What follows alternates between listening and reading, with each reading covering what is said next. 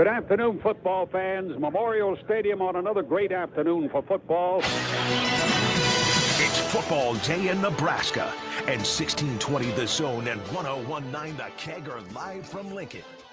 This is 1620 The Pregame, a look ahead to today's Husker game. 1620 The Pregame is presented by Chandler Conway, personal injury attorneys you can trust. Now from the Blur Parties tailgate at Memorial Stadium, here's John Bishop and Michael Severe. He's in there, touchdown! Now don't slow my roll, my friend, because this is a historic day. An historic day is possible today. Nebraska going for a 4-game winning streak. And yes, winning streaks do carry over from previous seasons. This has been the longest stretch in Nebraska football history where Nebraska has failed to win 4 consecutive games. Today, that streak ends, a streak that dates back all the way to the beginning of time, 1890. My friends, welcome to Memorial Stadium and the Blur Event tailgate right across the street from Memorial Stadium in downtown Lincoln. Alongside Michael Severe, I'm John Bishop. Welcome to 1620 The Pregame, Week 3, home game number 2, opponent Houston Christian. When I looked up that stat yesterday, Michael, I was sure that sometime in the 50s, back in the dark ages of Nebraska football, they would have had a stretch of days longer than this where they didn't have 4 consecutive wins, but lo and behold, it's never happened before. So, and we joked about it yesterday on Unsportsmanlike Conduct, but get a hobby, John. But get a hobby. You're the one that was sending me obscure AP ranking get a hobby stats. Somebody else did them. I didn't do them. I just forwarded them on. But in all seriousness, a chance for some real momentum in this program going into a game next week, which is going to be a lot different than the one we're going to see here today. Yeah, I'm gonna get serious for a second. Because for many people, this was a really tough week, a very difficult week this week. Anytime you have to prepare to watch an FCS opponent come into town, it's not an easy week. But remember this, after this game, a quarter of the regular season will be done. So I beg you, embrace every opponent. Embrace every Saturday. Hold on to them like grim death. This is important. I don't care if it's a team that has a CVS in their end zone. It doesn't matter. This is important. This is game 3, quarter way through the season. Let's embrace it. Can we still say that for Kansas State and UCLA? It's still a quarter of the way. Well, and for Kansas State, it's a third of the way. It's a third of the way through. It still is. I mean, technically the numbers are, but it is pretty ugly for our Kansas State and UCLA teams that some people had hope for. Yeah, no, they did. It's true. They did have hope. Well, we are here live at the Blur Events tailgate. Let's get to the warm-up today here on 1620 The Pregame. Not sure why we're getting some feedback here right now. We got a little bit of squeal. We got a little bit of squeal coming back, so I'm just going to – Nick Grimdeath. Exactly. Yeah, it is. It's Nick Grimdeath. But let's take a look at the warm-up, of course, presented by Chandler Conway, our proud sponsors here of 1620 The Pregame. We're going to look back at a perfect game, perfect in quotes. Could HEU be more of a challenge than Akron is? Does Matt Rule need another halftime hellraiser? God, I hope not. The computers see a promising future. Our Husker History Mystery this week takes a look at a family affair. Yeah. And we've got some severe investments. But today we're bringing in Andrew Cayley from Covers.com because we're here early today. Yeah. The folks are still filing in. The tailgate lot here still isn't even full yet. People are probably still stuck out there on I-180 or Interstate 80. So if you are, glad you could be with us. We'll be here until 10:30. Hopefully you'll be here to the stadium by then. I would hope so. If not, well, we'll take you almost right up to kickoff. These RV folks, though, I mean, what a spot. They have their giant RV, which is Michael Severe's dream for his future, is to have an RV. You want an RV? I want to drive it around the country to every festival. Okay. There are 366 festivals just in Louisiana, John, including my favorite festival, which is the Shrimp and Brine Festival. Yeah, that's right. It's just salt and shrimp. That's all it is. Salt and shrimp. It's awesome. I'll go to the Crawfish Festival. I'll go to the Frog Leg Festival, which is across the street from the Strawberry Festival. I want an RV. I want a newer one than that. But that is a great spot. RV parked right in the tailgate lot, right across from Blur Party. That's amazing. No, I agree. It is a good perfect. For them. It's a is that perfect Uncle spot. Eddie? Is that right? Cousin Eddie. Cousin Eddie. Cousin Eddie. Okay. Yeah, it was Cousin Eddie that was in there. All right, let's take a look back at last week's game. Yeah. Got a little inside the numbers for you here on both offense and defense. Last week against Akron, of course, it was one of the top 10 all-time total offensive performances in terms of yards, over 700 yards of total offense. Yeah. The 7 yards per carry, it was almost 7.1 yards per carry, were the most ever under Matt Rule, and it's the most since the 2021 Northwestern game. Of course, that was the one. Well, there were a couple of blowouts in the Scott Frost era. That was one of the last good ones, especially against Northwestern. But the best, Maryland and Northwestern. Maryland, Northwestern, Bethune-Cookman, probably in there. Real teams. Yeah, real teams. Yeah. Passing-wise, almost 12 and a half yards per attempt. That is the most under Matt Rule. It is the most since 2021 Buffalo. If you remember that Buffalo game. Which wasn't game. a real – I mean, it was a blowout, but late. It was right. That wasn't that much of a blowout. But they averaged over 14 yards per attempt in that matchup against Buffalo. But you got to go back a little bit further for total offense. As we mentioned, it was over 700 yards of total offense. Nearly 10 yards per play, most ever under Matt Rule, most since the 2010 Kansas State game. Thursday night, baby. And we all remember what happened in that game when Taylor Martinez decided to go ham on Kansas State in the final game in Manhattan in that series. Became a Heisman Trophy contender overnight. And then Missouri happened and one lick on an ankle, And then that was it. That was the end of that. This is back-to-back wins now this season as the team is now arriving. Whoa! The buses are coming in just beyond us here, between us and the stadium. But back-to-back wins when Nebraska threw the ball more than ran the ball. That's back-to-back times now that has happened. So far this season, Michael, the run-pass split, it's 46% run so far for Dana Holgorsen. Yeah, well, it was 50-50 basically last year. Yeah, with lean almost towards right the on pass. With lean to the pass, barely. I'm not shocked early that's the case. I thought maybe they would try to do a better job of establishing all 3 running backs from the running back position against Akron, and maybe they do that this week. They're playing the back there, but you're going to need all 3 or 4 of those running backs when you get in the Big Ten play, so I'd like to see them get established. And here's something that was rather fascinating to me since Dana Holgorsen became the offensive coordinator. Nebraska allowed just 6 havoc plays last week, so under 10%.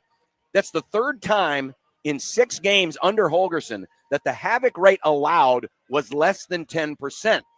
To put it into perspective, before Holgorsen, in the first 21 games under Matt Rule, of course, Marcus Satterfield, the coordinator, Nebraska only had 1 game in the first 21 that the havoc rate allowed was under 10%. So say what you will about the offense really hasn't clicked yet under Dana Holgorsen, say for last week. One thing they have done a better job of, and remember, they played teams like Iowa in that stretch and USC. They have not allowed a lot of havoc. No, they really cut back on the turnovers. The biggest problem is one of the biggest plays in the Iowa game was a havoc play, True. A sack, forced fumble. So you got 2 points for that on my sheet. But here's the big deal is when you have this kind of defensive havoc or you're not giving up havoc, you all of a sudden just climb up the power poles. It's a big number for it. And before he got here, Nebraska was in the 120s after the year before being the worst in the Big Ten. And now look, they have to be somewhere in the 20s by now. Sure. After these first 2 games. So, and then taking a look at the defensive side of things, back-to-back games allowing under 3 yards per attempt. My numbers, I keep spreadsheets going back to 2004. I've not found another occurrence since 2004 where Nebraska's defense allowed under 3 yards per pass attempt in back-to-back games. Incredible. So far in 2025, opposing quarterbacks are hitting just 46% of their passes for 131 yards, and the yards per attempt is 2.73. Without getting a ton of pressure on the quarterback. Correct. Without doing that, they still are putting up an amazing number. By the way, that number, Michael, is a half yard better than the number 2 team in the country, Washington State, who through 2 games has allowed 3.3 yards per attempt, but Nebraska still has not allowed a passing touchdown. They have picked off 1 pass. So, to your point, they're doing it without getting a lot of pressure up front. We'll see if that has to change, and I'm sure it will. You will face better quarterbacks starting next week as the season goes on, but that is as impressive a start as we have seen in at least 20 years. And if you take out because team rankings doesn't use FCS games. You take out the FCS, they are number one. Right. They're number one at 2.7 coming off of that horrible game against Cincinnati. Against the run, the defense held Akron to just over 3.1 yards per carry. Nebraska has held the opponent to under 3.2 yards per carry in 3 of their last 4 games dating back to last season. In total defense, the yards per play allowed was under 3. It's the second best number under Matt Rule. Only the 2023 Northern Illinois game did Nebraska have a better defensive performance in yards per play allowed. In the last 4 games, Nebraska's defense has allowed barely over 4 yards per play. Now, to give a little perspective to that, since 2004, when Nebraska defensively holds a team to under 4, they are 44-7. So they're not quite at that under 4 threshold, but when they can get to that 4 or under threshold, they are winning north of 90% of their games. And it's back-to-back wins when facing more rushing attempts than passing attempts. And Nebraska is just 58-84 since 2008 when allowing more rushes than passes. So it's kind of backwards.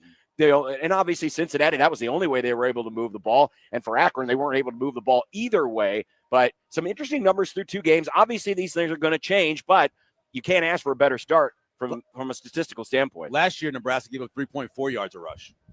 So, right. I mean, they did really well last year. Year before that, they were even better. So I wouldn't be surprised if it is. Now, I'll tell you this already, because you're picking first in the draft we do for the Pick'ems this week. Okay. So I'm picking first next week. Yeah. My number 1 pick is Justice Haynes. I just want to tell you that right now. That's my number 1 pick for next week. I'll get it out of the way. The Michigan running back, Justice Haynes. Not only were you looking ahead to Michigan, but Michael's already I've going already got negative. my first pick. It's not negative. I'm trying to win. And if there's a weakness, I think, for Nebraska this season, it's probably going to be against a stout interior offensive line against a smaller defensive line, and Justice Haynes is the kind of back to run behind that. I would love it if Nebraska could trade for Oklahoma for their run defense for next week, because That would be outside great. of one play that they broke, and it was the lone touchdown they had, they really bottled up Michigan's run game. And passing as well. I mean, it was a really impressive performance. They really only had 2 drives, and one was a short drive because of a penalty, and then the other one was obviously the long run by Justice Haynes. We've got a lot to come here on 1620, the pregame. We mentioned in the outset, Nebraska trying to end a string of winning 4 straight games. If they can win today, it'll be their longest winning streak since 2016, and it will break that all-time record stretch of games between 4-game winning streaks. But also on the line today, Dylan Raiola has a streak of 100 consecutive pass attempts without an interception dating back to the first quarter of the bowl game. Right. That is the longest stretch of his career. So 100 straight attempts without an INT. And, you know, I think that last week there were no turnover-worthy throws from Dylan, but the week before against Cincinnati, there were a couple. So hopefully he keeps that to a minimum today, and we would anticipate that his day will be ending very early, sometime probably after 12:30 this afternoon. And if you go back and you look at the interceptions he threw last year, there was about 5 of them that you could legitimately say weren't his fault. Right. There were 2 of them that were, wide receivers had them in their hands. They were taken away. There were 2 more of them that were tip passes that just happened to go into the defender's hands. And there was another one where obviously the wide receiver ran a different route than he was expecting, and you had a pick. Other than that, that's 5 interceptions you could really put on him. Yeah.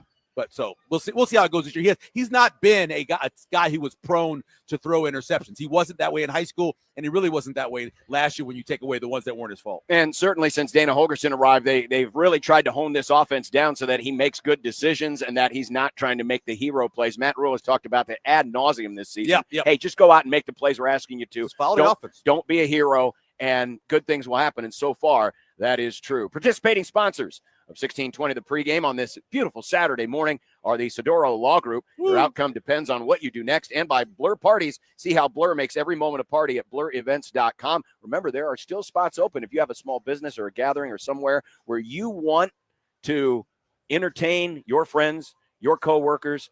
Contact the folks at blurevents.com. They will do a tremendous job for you. And they've already started the breakfast line. Looks like they got breakfast burritos out there. And they'll dress your set. The hash browns. I see some hash browns, a little bit of eggs, some fruit. I saw some blueberry muffins. Looks good. It does look fantastic. So they set you up right here at Blur Events with the food, with the drink, and a whole lot more, and including us here on 1620 the pregame. When we come back, we're going to look back at really what was kind of the story of the early week. Not a lot of talk about Houston Christian, but Matt's motivation when we continue here live from the Blur Events tailgate across the way from Memorial Stadium on this Saturday morning. It's Nebraska, it's Houston Christian, all coming up this afternoon. Well, technically this morning, here on 1620 The Zone and 1019 The Keg.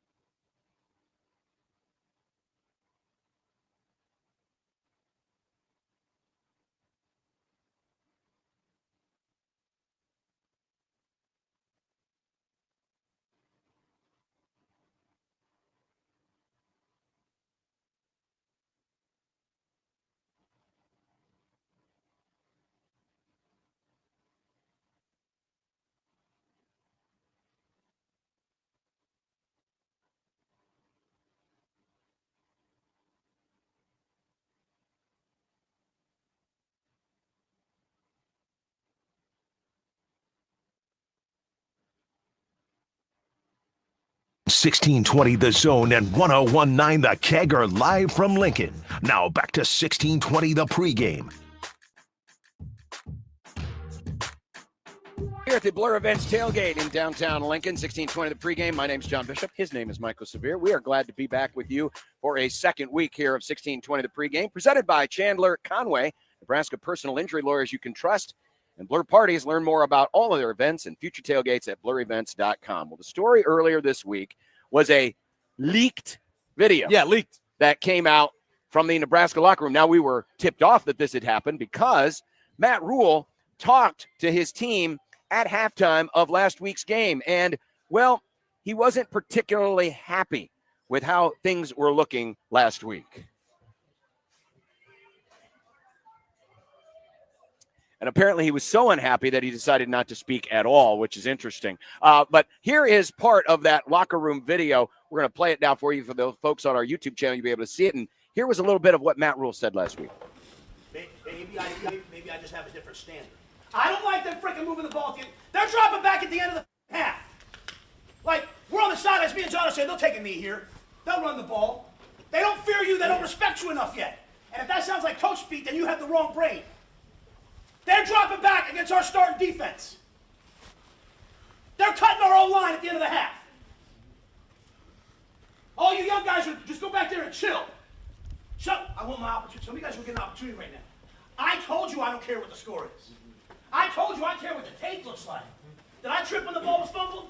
No, I don't care what happens in the game. I want to see what the next play is. You have one half. Defense, you have one half. If they try to drop back and throw it, and that quarterback's not on the ground, I want new guys in there rushing. I want them hit. I want them never to say our name again. You believe the fact with 43 seconds left, they just gave us the ball back. They went down 33 and they're still dropping back. They had the balls to cut you. I thought you guys get the ball. You put it down and score. You made me put the freaking red and the white in. And you guys get in, you go play. I don't care what the score is. Troy told you shutouts are precious. We almost gave them a shutout. I want them I don't want them ever to say our name again. That's the killer instinct I asked about. Not what does my hair look like, what do I look like in the freaking mirror. I walk in here, guys in the mirror checking themselves out. Got a chance at a shutout.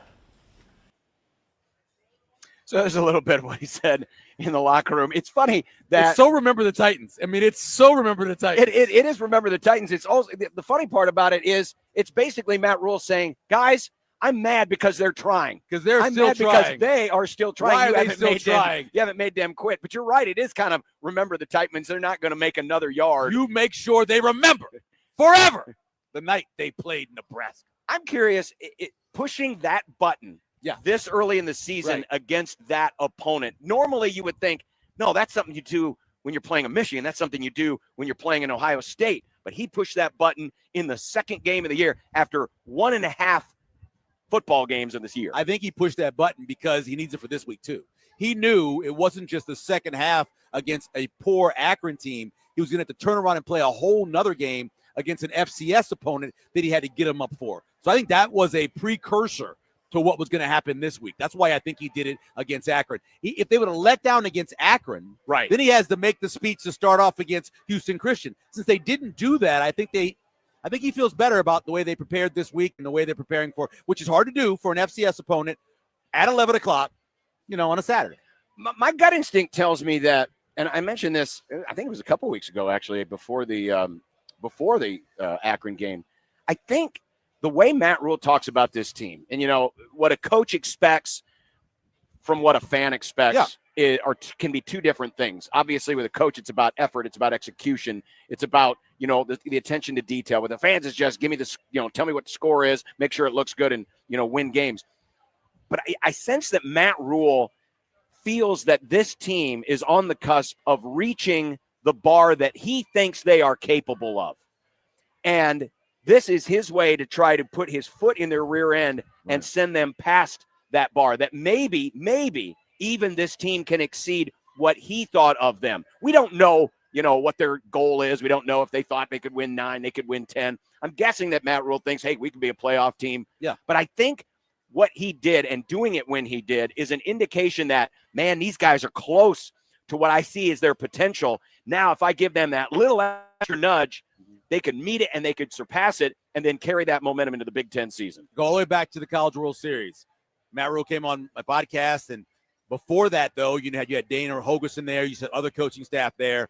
And I'm just sitting there and listening to those guys talk. And I'm telling you, they were so confident. I recognized the true confidence from them. And it wasn't just the coach speak that they will give you when you've got the media in front of you or you're doing a podcast. They were just openly talking about how good they thought they could be at multiple positions. And right after that, I said 9 wins. Just because rarely do you hear coaches off the mic talking the way they were talking. And so way back in June, I thought he really believes he's got a good team. He does. And, he talked about it a little bit more in the press conference on Monday. Unfortunately, audio's not working right now. But, essentially he mentioned that. Did you mute it because of that mouse sound? It's on there somewhere. I'm not sure. I'll figure it out during the next break. Okay. But what he was essentially saying was that in order to build our culture, we have to recognize when the other team might not quite think we're all that in a bag of chips. That we have to make people think of us differently than they have thought of us before. Because right now, a lot of people kind of think of, Nebraska, they won 68-0. That's cute. But for Matt Rule, no, we got to do this on a regular week-to-week basis to get everybody to recognize what we are. We're no longer last year's Nebraska. We're no longer the Scott Frost Nebraska, no longer the Mike Riley Nebraska. Yeah. This is a different Nebraska, and you all out there better beware. But no one's afraid of Nebraska. I mean, not right now. And they haven't been for a long time. I mean, Purdue has beaten Nebraska a couple times. Northwestern's beaten them a couple times. Iowa essentially kind of owns them a little bit outside of 1 year, and that was under Mickey Joseph. Pretty much everybody in the Big Ten has taken Minnesota, another team that kind of owns Nebraska. So no one's afraid of Nebraska. What they have to do is, in no speeches, stats, win games. Win a bunch of games. Beat teams that you're not necessarily supposed to beat because you're underdogs. Go on the road and beat the hell out of somebody. And then they have to respect you because you're beating people. All that other stuff, it's just extra. Mm-hmm. Go win games. The tradition of Nebraska isn't the walk-on program. It's not the sellout streak. None of that. It was winning. They won all the time. I'll never forget 2007. I wasn't here. I was in New Orleans for the weird game where Jim decided he couldn't do the game, and so in comes Sharpie to do the game. The Kansas game. Yeah, and we're sitting in my brother's man cave, and his nephew walks by, and he goes, "Man, didn't Nebraska used to be good?"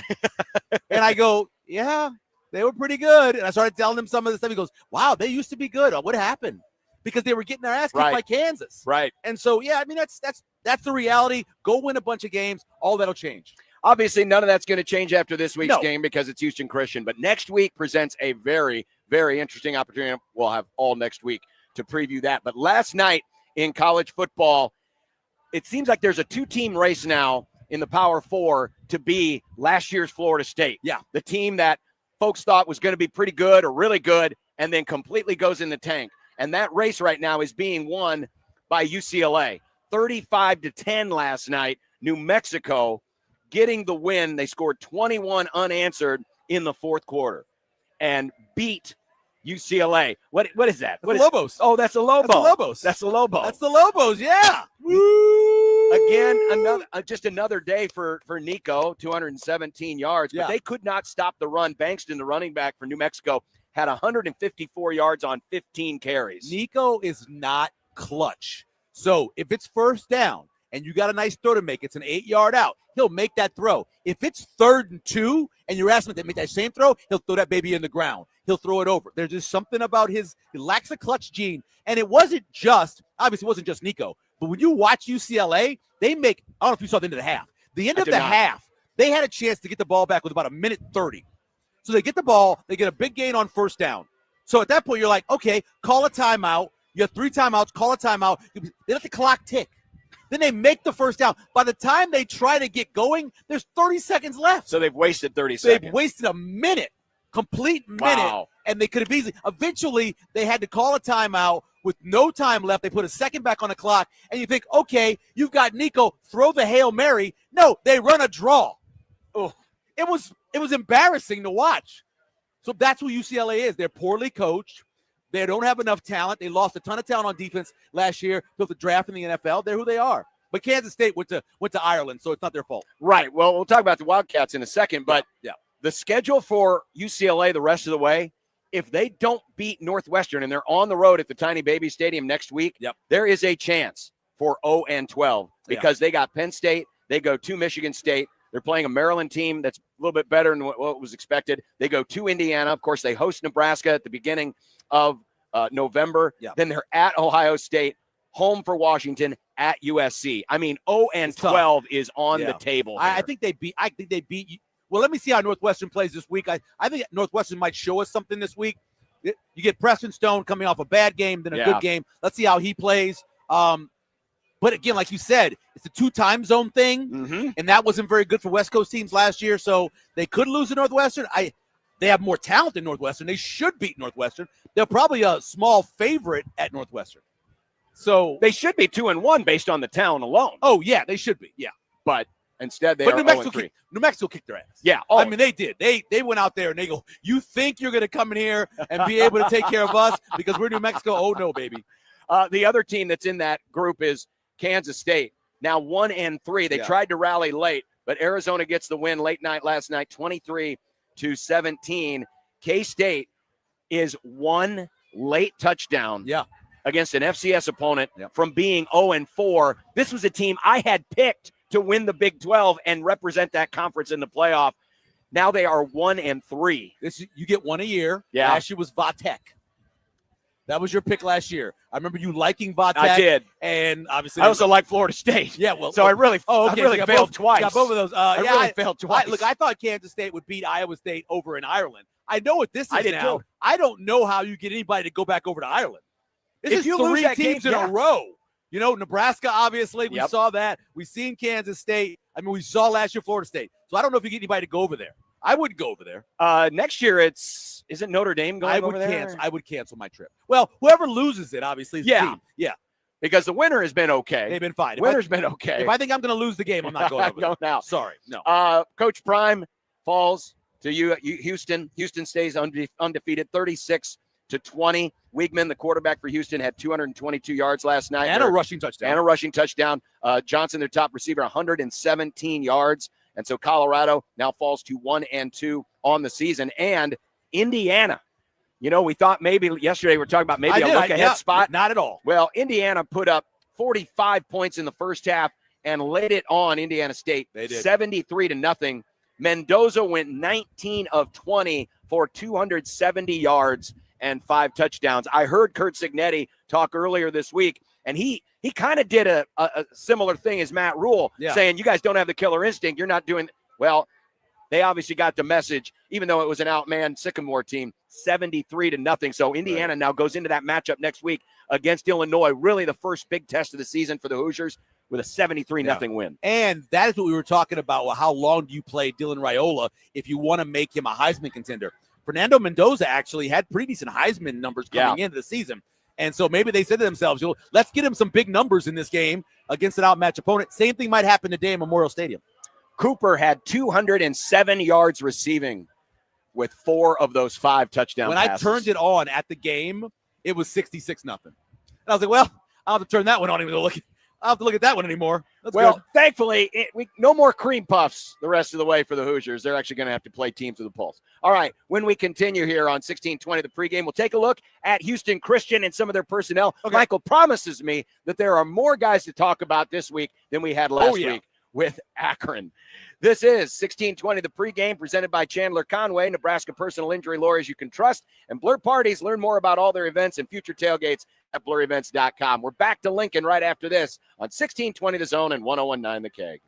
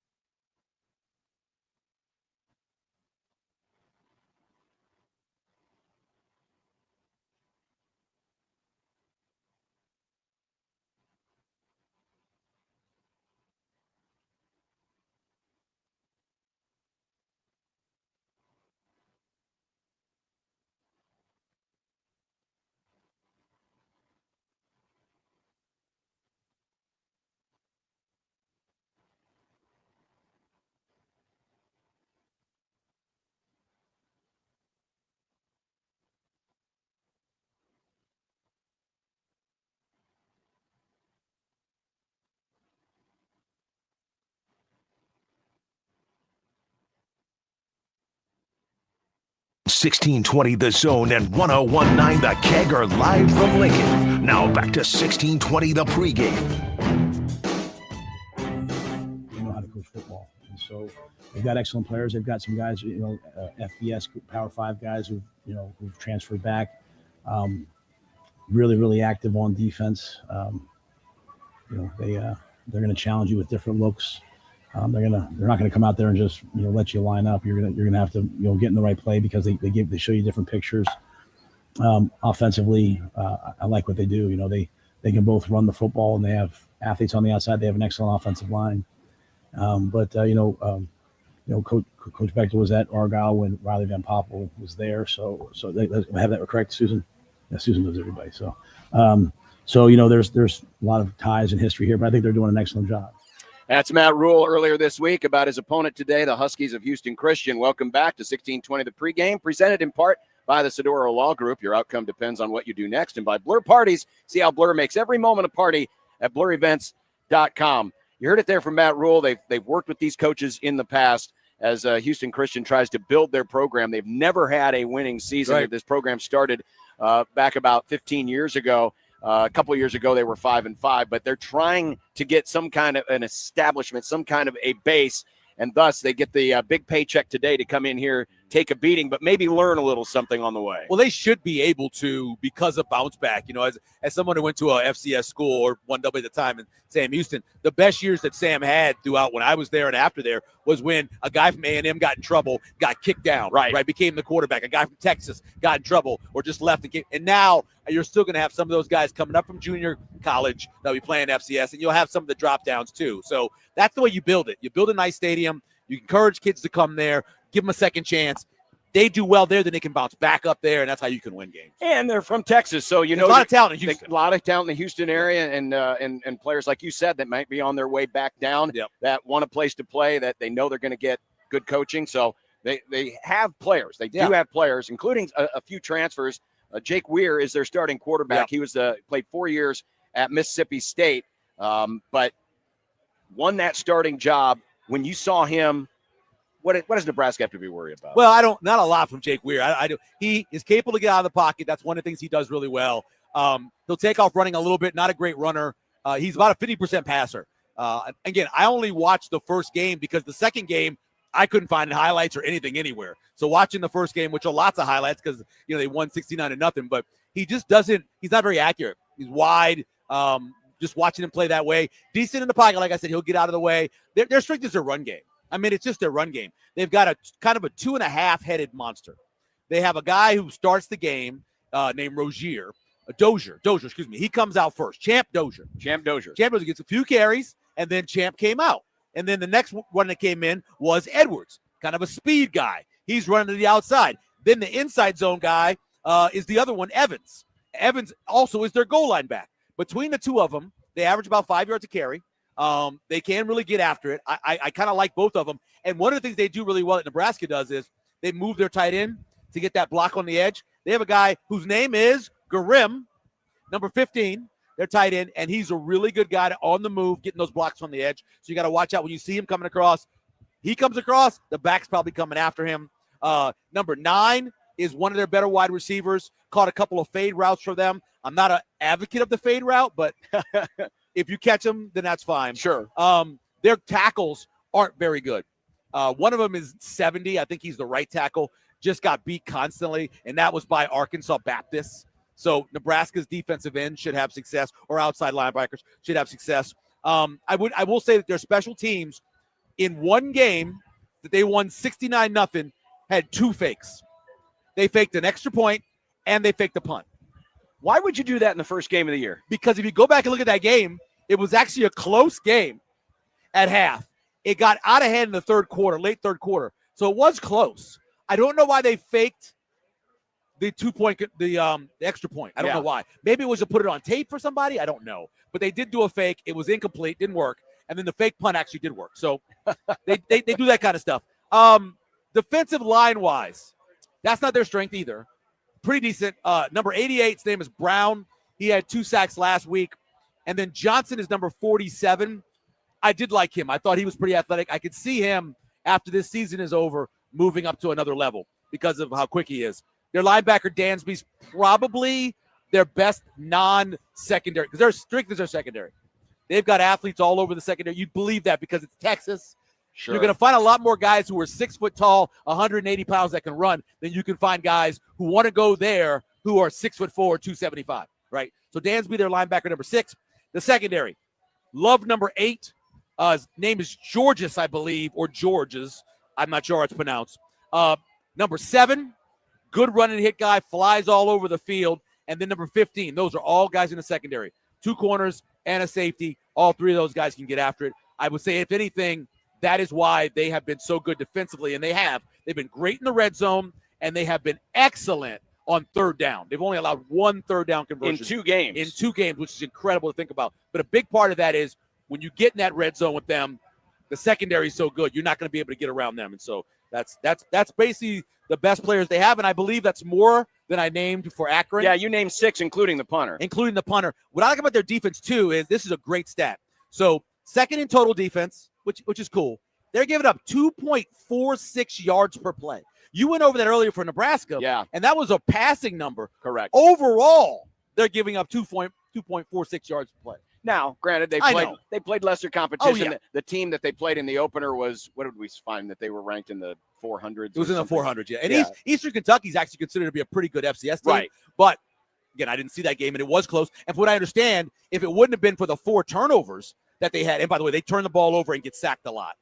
So that's a key for Nebraska, too, in terms of getting some havoc. But if they wouldn't have done all that turning over, they maybe have beaten Eastern Kentucky. So when we look at this matchup, and we're not breaking it down from the standpoint of Nebraska's got to do this and they're not going to win, but looking at it maybe in the bigger picture as you work on yourself, especially getting ready for next week, going to the Nebraska defense versus their offense. You mentioned Edwards and Evans, the two-headed running back, and their schemes. You mentioned they like to throw that tight end in there, come in motion. Wham block. Yeah. Do the wham block. They will run some outside zone as well. What kind of a prep is this for a Justice Haynes next week in terms of how they run and you know, their tactics? I told you this yesterday. It was one of my keys, leaky yardage. When we watched Northern Iowa last year, that was the thing that came away with. We were like, oh, a lot of times they were getting 3, but it was ending up being 5 and 6. They can't let that happen with Houston Christian. Make sure they don't have a lot of leaky yardage. Make sure these back, and Evans especially, because he's the bigger back, and he had a nice run right up the middle where he got hit the 2, bounced off a guy, carried 2 guys in the end zone because he is a strong kid. So no leaky yardage to Evans. Make sure you don't let the quick backs get around you. Keep them contained. I just think you have to not allow you leaky yardage because that Northern Iowa game, I thought, then led into a couple times where you saw during the season more leaky yardage. Nebraska did incredibly on 3rd and 1 and 4th and 1. Mm-hmm. No, they didn't do great. 1st and 10, 2nd and 6 for some reason. Or 3rd and long. Or 3rd and long, right? I mean, running the ball. Yeah. They didn't do well at that, but they did really well when you could just pack everybody in. They're going to have a lot of chances. I think they're going to run the ball a ton. And so they have a lot of chances to prevent leaky yardage. I hope. Do you sense that they just kind of play it straight up, or do you drop? Drop a safety down or do anything like that? I think you're playing it straight up because you have to play that way. You have to play the way you're going to play in the Big Ten against most of your opponents. I think they're going to play it that way. Now the question will be what happens in the middle because Watson Trent hasn't graded as well. You know, Shavers has been a little bit better. Some of the other guys have been better. Singleton's been incredible, making a lot of tackles in that area. If those guys are running up and filling the gaps and doing what they're supposed to do, it'll be interesting to see how that goes. But I don't believe you need to add anybody extra. You need to be able to win with your 3. Yep. You need to be able to win with your 5.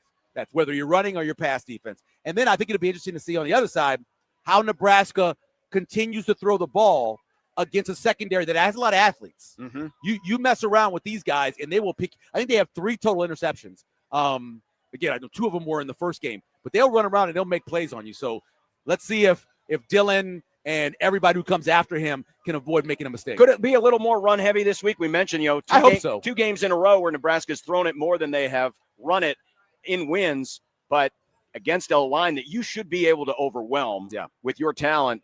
You would think maybe a little more of a run heavy approach, especially to start. Now, again, this is FCS opponents. Their run defense hasn't been poor at all. It's actually pretty good.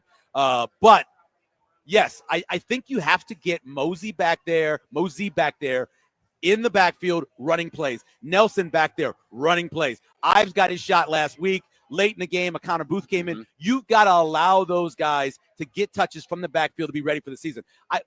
if Emmett, you said 5. I would like to see at less than 10 You touches. said you don't want to see him play at all. I would like, if I were coaching, he'd be a healthy scratch. So if he gets under 10 touches, which I think would be fine, yeah, that's fine. And then you're talking probably about another 40, 50 run plays. That's what I would hope. Because I think you're going to score a bunch of points. If that's the case, distribute to the backs. Could it be, though, that this game won't have as many plays because you anticipate that Houston Christian's going to try to run it a little bit I think more? they will. Maybe the plays will be suppressed. Yeah, I still think Nebraska's going to get their share of scores. Now, will they be long drives or will they be the short drives like we had last week where you had the big plays? That would be the difference. But however many runs are after he leaves, after Emmett leaves, it needs to be those guys who you need later in the season showing they can do it. Who would you like to see get the lion's share of those non-Emmett carries? Well, Mosey was so impressive. It was catching the ball, 3 for 65, breaking tackles. The one big run that Nelson had was really impressive. I think I would go in the order of what we think it is right now. Nelson get carries, and then Mosey, because Mosey, as we talked about, is probably going to be a big filler in for Bonner. Yeah. He'll do some of the things that Bonner did that the tight ends aren't doing. And so he'll be other places to get in the ball. I think Nelson's your next guy. So Quentin Ives, still number 4. I think so. I mean, he just doesn't have that explosiveness that you'd like. There's going to be times, maybe on some short yardage carries, where you ask him to go get them for you and don't do the Heine push. But I think those two guys first, and then it's Ives, and then whoever's after that. I feel proud. We spent 10 minutes breaking down the opponent, which is a record so far here on 1620 the pregame. I guarantee you there will be more talk about the opponent next week and in the weeks to come here on 1620 the pregame. Folks are enjoying what is a beautiful day, but I look out towards Memorial Stadium, and the flags are very, very stiff coming out of the south. So we're going to have some gusty south winds today here in the stadium. Also, they are allowing you, if you're on your way to the stadium and you forgot to bring your water, maybe stop by a C-store, maybe a Casey's or something, and get yourself some bottled water. They are allowing fans to bring in a bottled water because it will be warm today. We'll take a look at the weather coming up, but gusty winds and warm temperatures. It's a beautiful late summer day here in Lincoln. You mentioned the wind.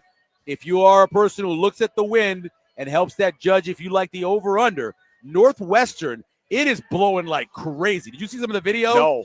People standing over there by their lake, and it is blowing like 30, 40 miles an hour.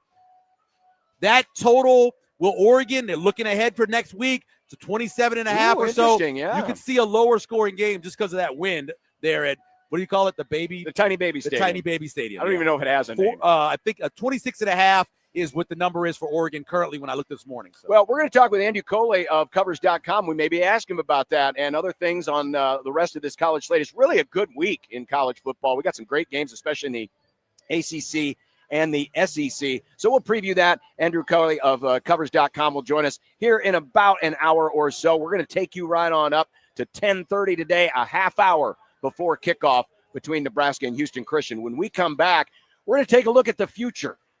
The future according to Skynet. The computers. Didn't that date already pass? Did what? Didn't the date for the initial Skynet takeover it passed? It did. Yeah. But if you do see John Connor, say hi for all of us. Oh, okay. And please help us save the world. Participating sponsors of 1620, the pregame of the Sedoro Law Group. Your outcome depends on what you do next, and by Blur Parties. See how Blur makes every moment a party at blurevents.com. John and Michael back here at the Blur Events tailgate across the way from Memorial Stadium in downtown Lincoln. This is 1620, the pregame on 1620 The Zone and 101.9 The Keg.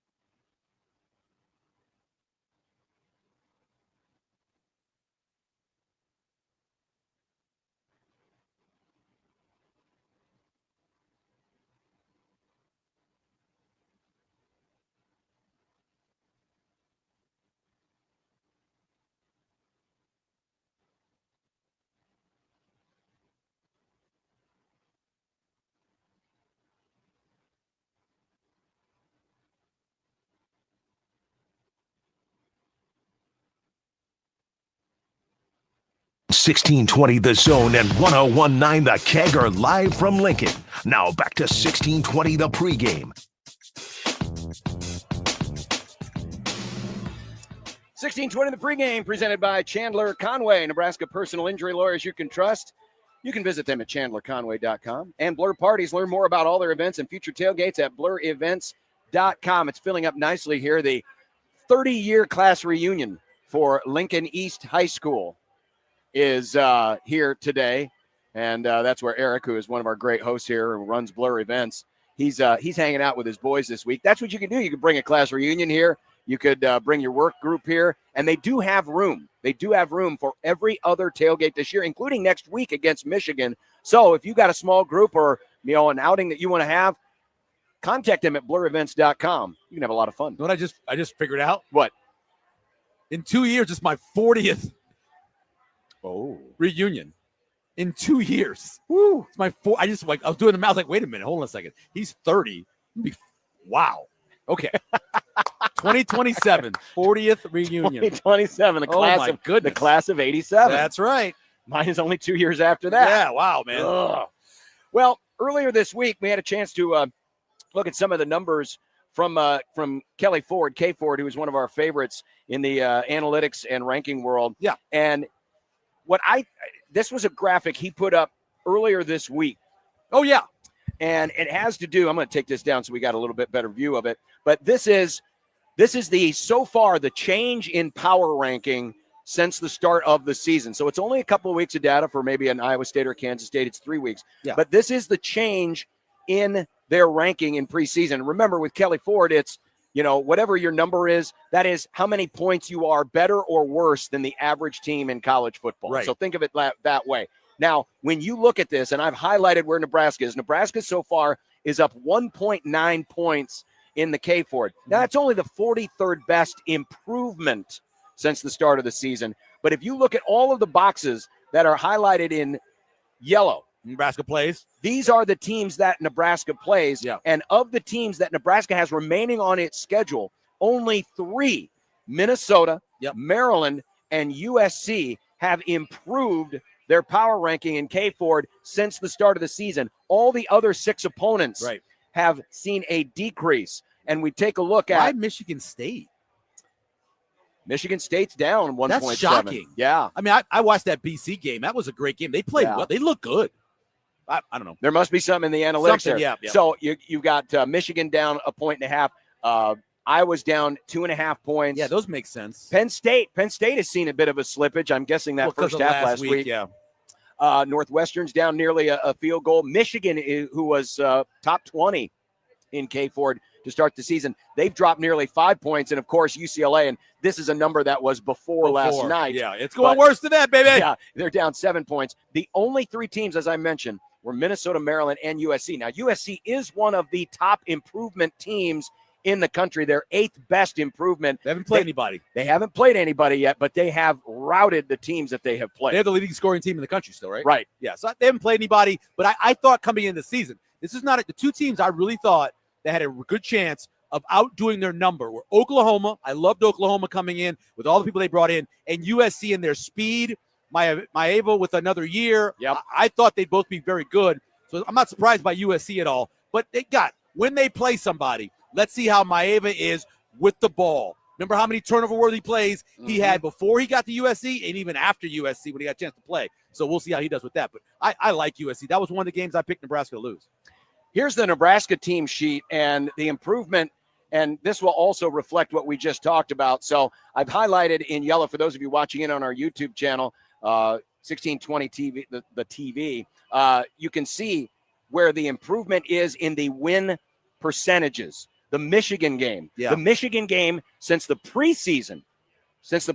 These numbers reflect last week's changes. Okay. Since the preseason, the Michigan percentage chance of winning has gone from 37% to 56%. Now Nebraska is the favorite according to K Ford. It went up 11 more points last week. The only game that slid back a little was Minnesota.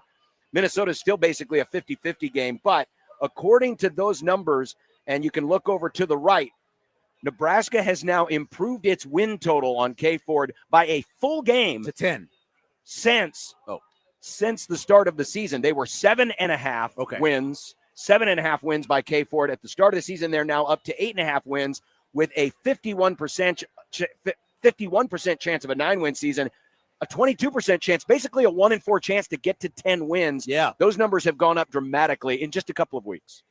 And a lot of that is because of Nebraska's improvement. But what we talked about earlier, all of those other teams who have slipped back since the start of the year. Looking last week after the loss that Michigan had to Oklahoma, at that point, looking at the power numbers, it told me that Nebraska should be a 1-point favorite in the game. Now, I don't know, because, it's been sitting at 3.5 and 3 the whole offseason, so we'll see what they do in terms of figuring out what it matters to be at home, what it matters to not have their head coach. But I honestly believe when that comes out, probably late tonight, officially, Nebraska will be a 1-point favorite.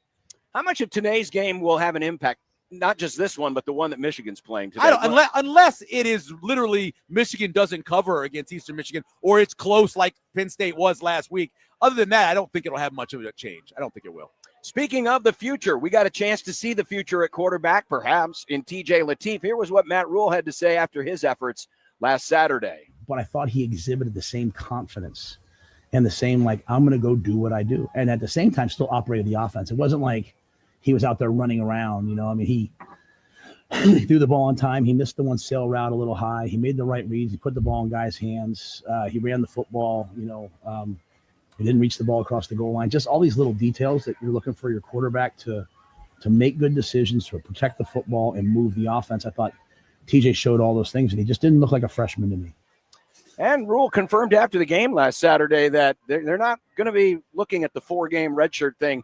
He said TJ is our backup quarterback, so whenever he is needed or whenever we decide we want to play him, we're going to play him, and we're going to say the 4 games be damned. And good for him, because now I'm not saying that he would not prepare correctly. Yeah. But you prepare a little bit differently when you know if something happens, you're next. Right. It's not a situation where maybe Gramstad comes in for a little while or whatever. No, it's you. So I'm sure he's preparing a little bit differently than even he was before Matt Rule said that. 1 hour is in the books here from the Blur Event tailgate at Memorial Stadium here on 1620 The Pregame. Coming up next hour, we're going to talk to Andrew Coley of Covers.com, find out what he's thinking as we're getting closer to kickoff in the early games, and we've got some big matchups coming up in the late afternoon and evening windows tonight. Also, our Husker History Mystery.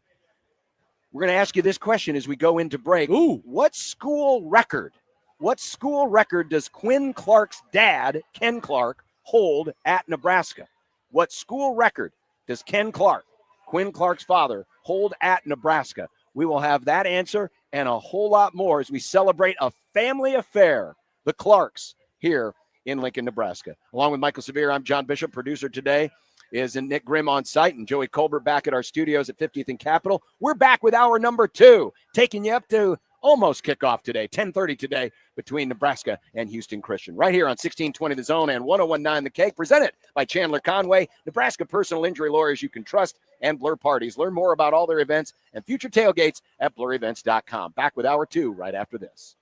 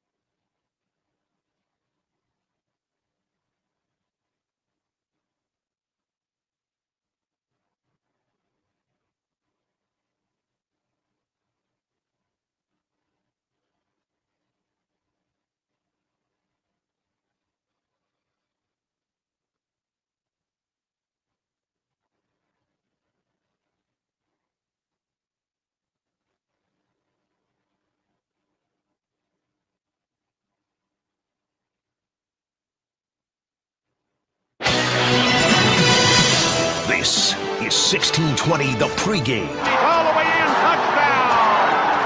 1620 The Pregame is presented by Chandler Conway, personal injury attorneys you can trust.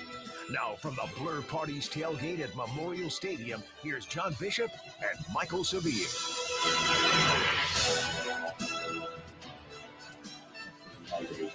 Obviously, energy can be hard to come by that early. Just to come get you guys. No, our fans are going to show up at Legacy Walk. They're going to be like they were last week, and they're going to show up for the game, and they're going to be amazing. Because I mean, I'm just telling you, man. Like I sat there with the recruits, and I was like, "All right, listen, where'd you go last week? I went to here. I went here, and yeah, okay. Look up there at the student section. Was it like that an hour before the game? Like, look at it. Look at it. At the other game, I'm like looking at people. I'm like, look how many people are still here at the game. It's just unreal. So I bet you we'll be pretty good. Matt Rule insists that the fans will show up today and that they will be loud. They'll be loud. Right. And they'll be awake. Yeah, they'll show up. Will they be loud? No. I don't know. Probably not. It's going to be a little bit warmer today. Yeah. I mean, it'll be a nice crowd. But if you're expecting what we had last week, and I thought it was a pretty good atmosphere last week. Yeah. Night games, first game here at home. Sure. That's to be expected. But yeah, today probably a little bit sleepy. But I think Matt Rule is trying to. He was trying to, he jumped in on Sean Callahan's. It wasn't really a message to the fans, but he wanted to send a message to the team that's like, hey, who cares what the atmosphere is like? We got to be go, go, go. We got to be ready to go 11 o'clock. He is trying to eliminate all of that, all of those cliches about 11 o'clock games here in Lincoln, how they can be a little, sleepy against an FCS opponent. I think he's just trying to nip that in the bud. But the students have historically, at least since I've been around, left early. Yep. Not necessarily because of where they're sitting, not necessarily been great in terms of some of their support. No offense to them. It's been a bad stretch. They're not in the greatest spot. Be much better if they were behind, at least close to being behind the opponent's benches. That'd be much better, like an A&M does and others. But I think he was kind of sending a message to them. Hey, look how great you guys did for us. And look, it can help with recruiting. If you do that every week, it can really help us. Well, you know what else might help as well? The new no re-entry policy. Oh, yeah. I can't remember a game that was that lopsided where that southeast corner where the students sit was still full almost all the way to the top early in the third quarter of a blowout, especially on a Saturday night. Usually people, let's go out and have fun. They were waiting for the light show. And that is another thing. The light show helped them. The light show does help. They made sure to tell you about that early in the week. The light show is going to happen, so stay around for that. By the way, there will be no light show this week.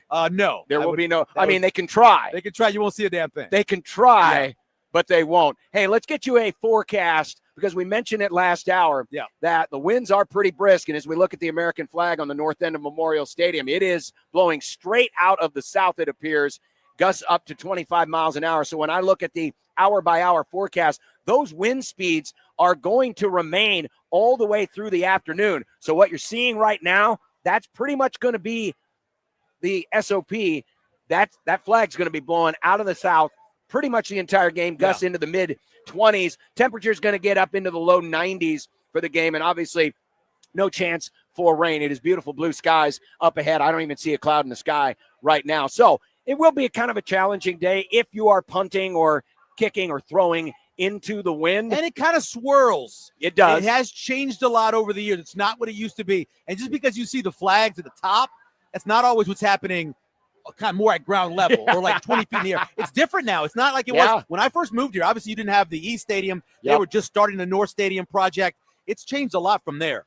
I wonder if they have done an extensive wind survey here because I think that would be rather fascinating. You see it sometimes if you watch a major league game and they show when the wind is blowing, it shows the effect on the ball. Like, hey, blowing in from left field, it takes, 5 feet off the flight of the ball. I wonder if they've ever done a wind study here since they did this just to see what it is like when winds are a certain condition and maybe give an advantage to a team if you're punting in a certain direction. Remember, Archie is yet to punt in this stadium in a game. He didn't punt last week. Remind me again, was that the Rutgers game where before the game, I guess that was Matt Rule's first year, where the wind was blowing one direction the entire pregame? I think was that last year? Was that last year? And they had told them, hey, right around game time, it's going to switch. Yes. So Nebraska did something, and the Rutgers team was like, why did they accept the ball or whatever else after the coin flip, and all of a sudden it turned. Correct. And the kickoffs that weren't getting to the 15-yard line all of a sudden went deep into the end zone.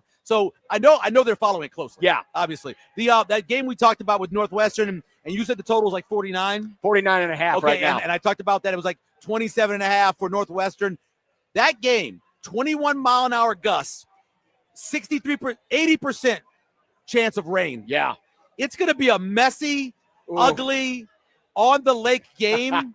That may change a lot about what people thought about that game because of this weather. Oh, well. It's going to be ugly. Yeah, it is. And that's one of the early games today. That's the big noon kickoff today as Oregon goes on the road for the first time in their Big Ten opener against Northwestern. Of course, Nebraska's Big Ten opener is a week from today. 2:30 kick. We'll be right here at the Blur Events tailgate at high noon for 1620. The pregame presented by Chandler Conway, personal injury lawyers you can trust, and Blur Parties. Learn more about all their events and future tailgates at blurevents.com. Time now for our Husker History Mystery. And for this one, at least to start, we're only going back 1 week. Off a play fake, deep drop, slings one over the middle, caught and an end cut between the hash marks. 10-5, touchdown, Quinn Clark. Caught it over the middle. He took it to the house. Fireworks Blair. All Huskers here in the first half. The freshman from Montana, and what was not described there by Kyle Crooks, the new voice of the Huskers, but what was seen by many on television. As soon as Quinn crossed into the end zone, he threw up the 3-2. The number of his father, Ken Clark, who played here from 1986 to 1989.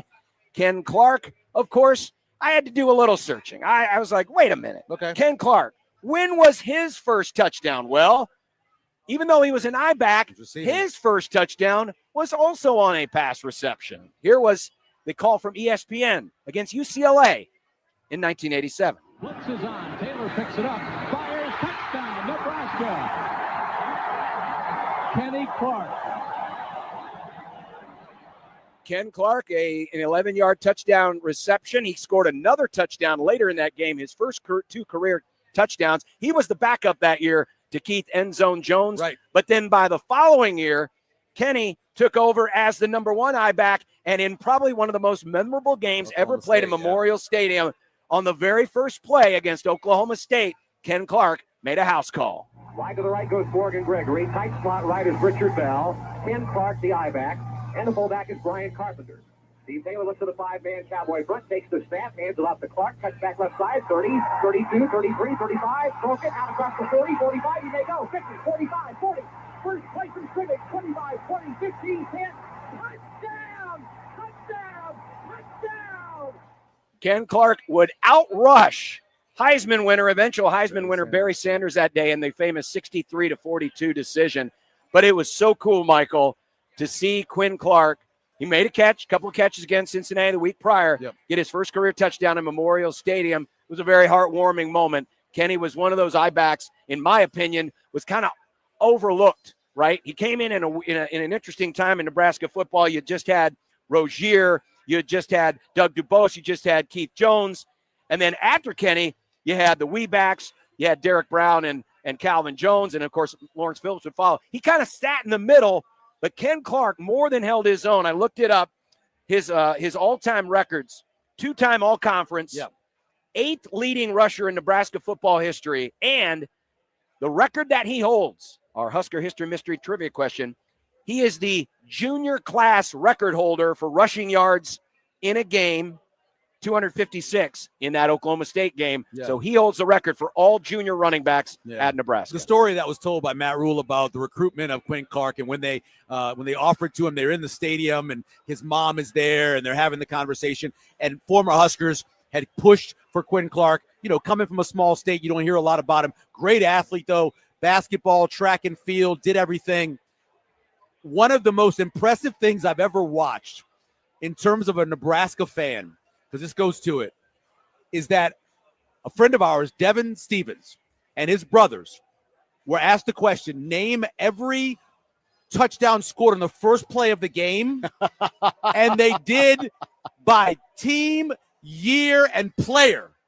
The opponent, by the year and by player. And, of course, Quinn, and obviously Clark was one of them. Kenny Clark was one of them. But it was incredible to watch because there's so many of them. I didn't realize that was that many of them. I knew Calvin was one of them, but I was just shocked that they could name them all. But that's Nebraska fans. That's what they are. That's what they do. Oh, yeah. I'd say off the top of my head, there's Kenny.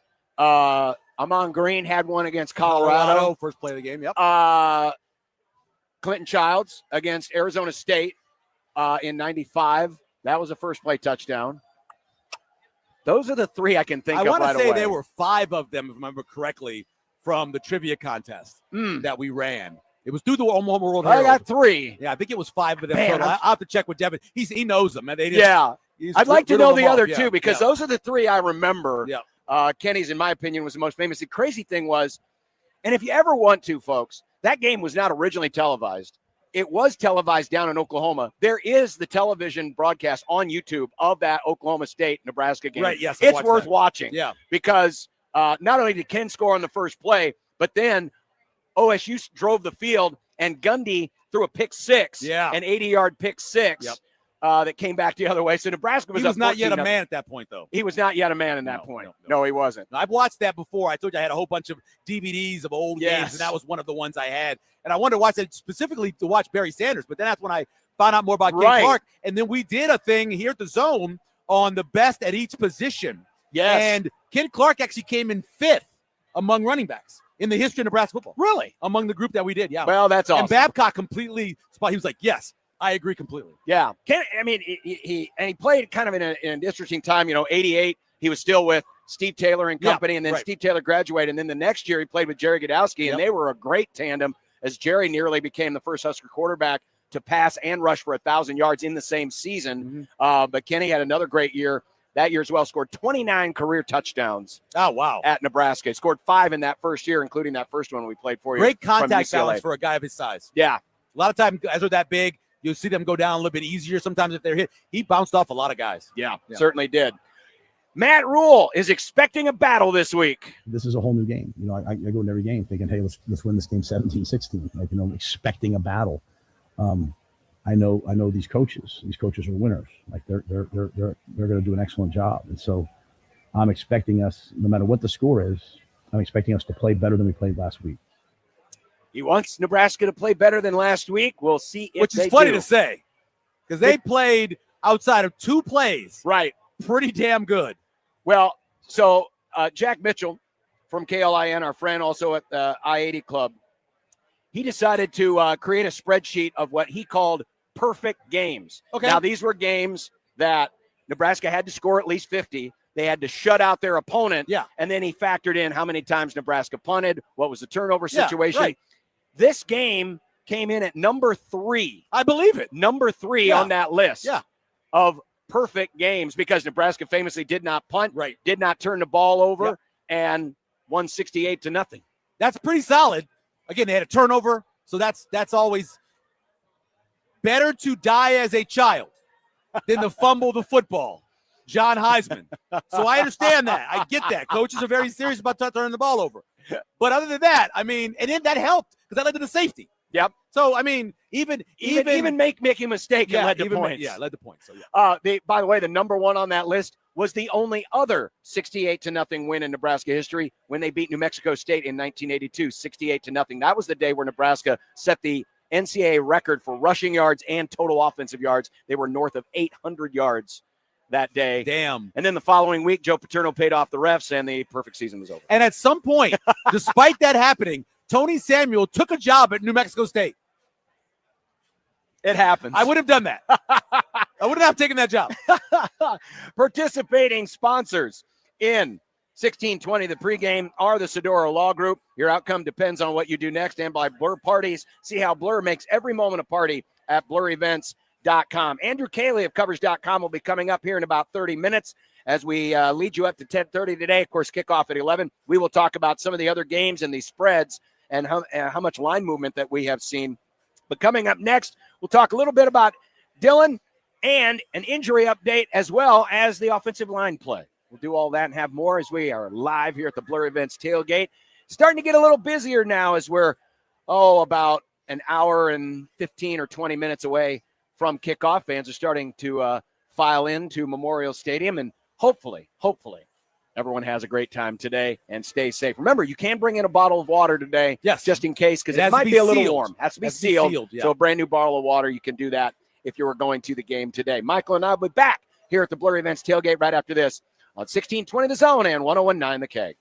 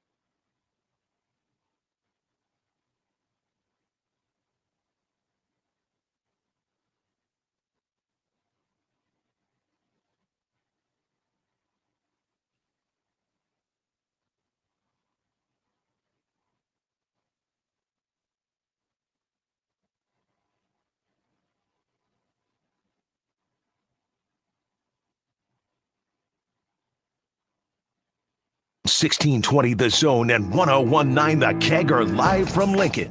Now back to $16.20 The Pregame.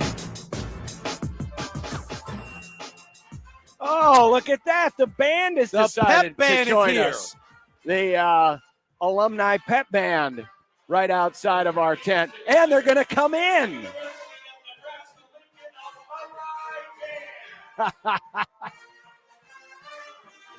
It's going to be a long day. Hydrate yourself. Oh, no doubt.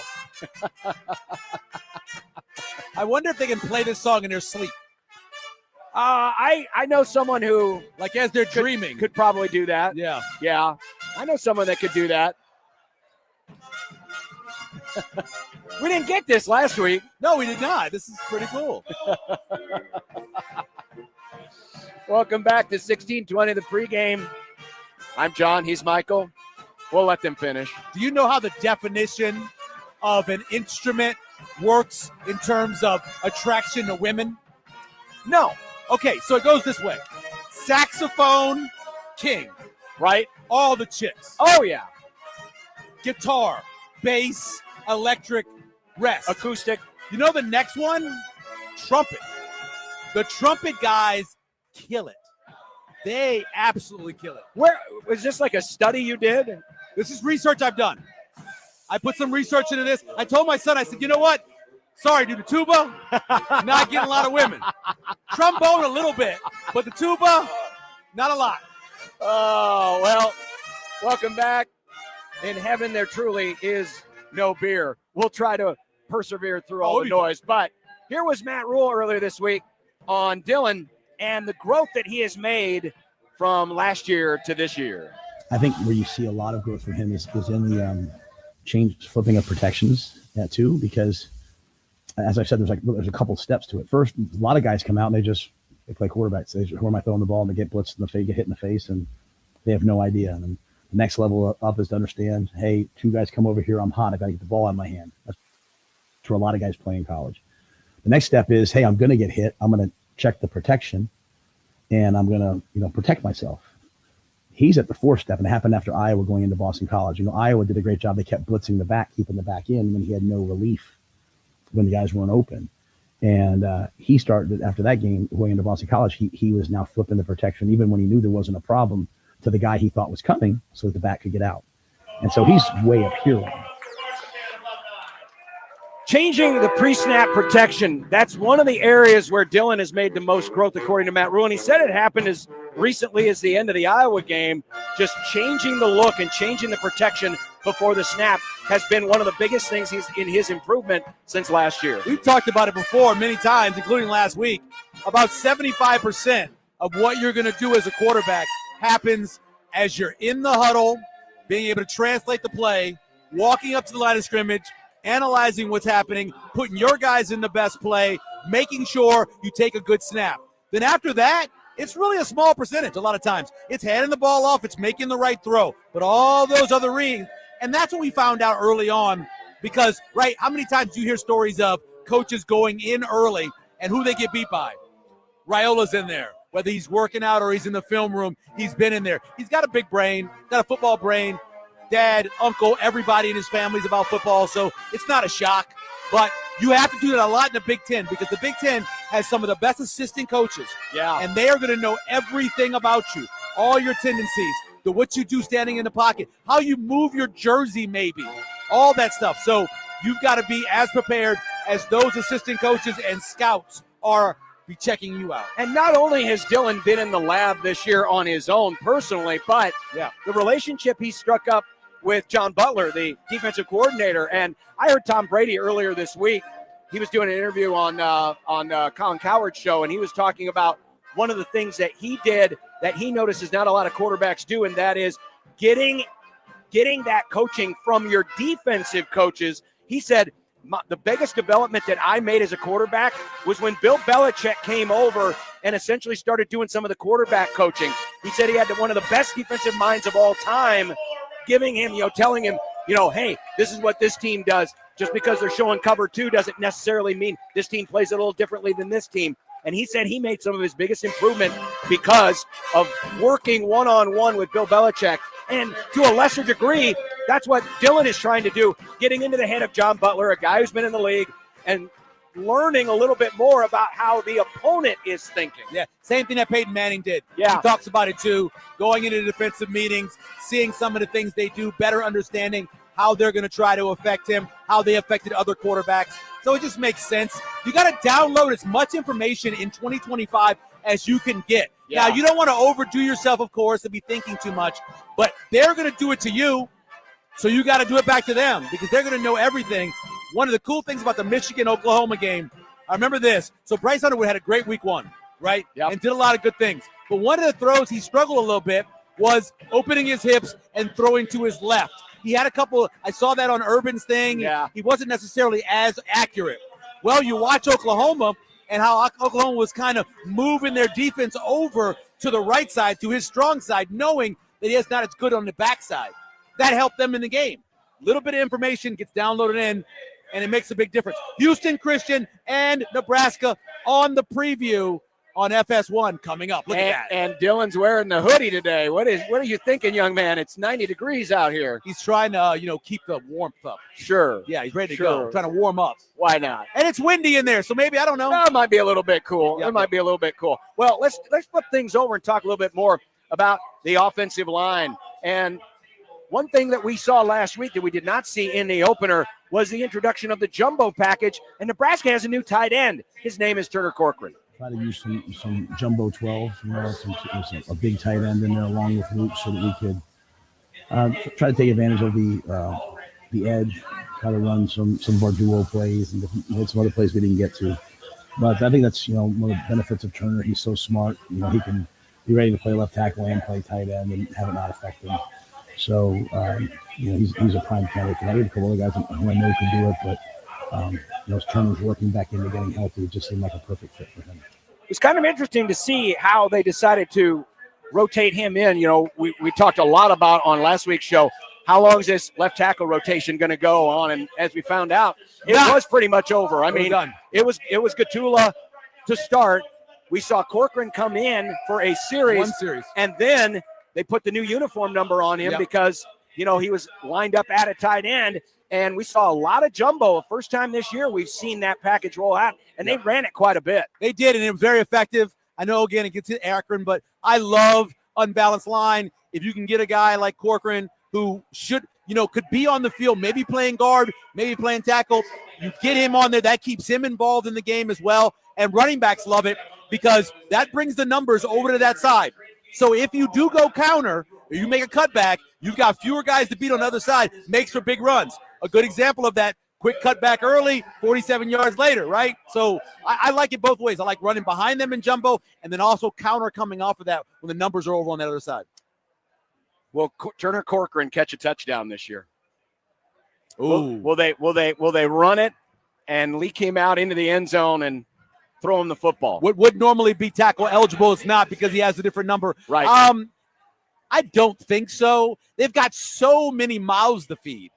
Sure. Right? Between the starting running wide receivers, right, between the backup wide receivers who are earning more time, 3 tight ends, Emmett Johnson, who's already caught a bunch of those. I mean, it's a lot of people, dude.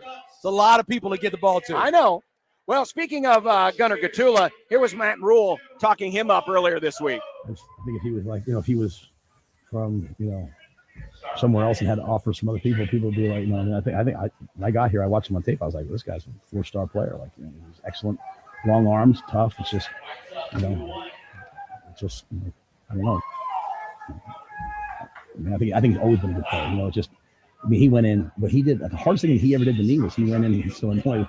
He was third and all of a sudden he was first, and he went out there and he played well. And that's really hard when you put that thing up against your body for those many weeks, to your point. But Gunner's a guy, like, we didn't know where he was going to start, but I was pretty sure he was going to be a starter for us. Michael, I know that at the beginning of the season, you thought Gatula should be the starting left tackle. Yeah. Do you think, as Matt Rule does, Rule says if he would have gone somewhere else, they probably would have acted like he was a 4-star. Yeah, I don't know about that because, I mean, he developed into this. Yeah. He put on more weight. I got to see him in high school. He looked good, but obviously it was overmatching other guys, and he wasn't as big as he was. I mean, that's certainly possible. Say he's playing in Colorado or say he's playing in a place like Texas or Florida. Maybe he does, depending on the size of the high school. But it didn't take long last year when he came in, and I went back and started watching the games. I'm like, I think he's playing really well. He was getting a lot of help from Evans, though, was kind of like coaching him up, helping him, not just with blocking, but just making sure and he's taking advantage of everything he learned from Justin Evans, and now on his own, I think he's playing pretty well. If you're talking about top end, obviously Pritchard, because of his athleticism and everything and how good of a run blocker he is, he should have the best top end. But as I've told you multiple times, I don't want to get my quarterback killed. I want the guy who I can count on no matter what play we call, and I think Gunner's better in that position than any of the other guys. What is going to be the role of Elijah Pritchett now this season? I mean, a lot of folks figured that at some point early in the season, just because he didn't have the starting job at the beginning, he'd eventually get it because of that talent. But it appears now that Gatula is solidly in there. How much does Pritchett see meaningful snaps here in the next the stuff weeks? He'll see, missed the field goal this week.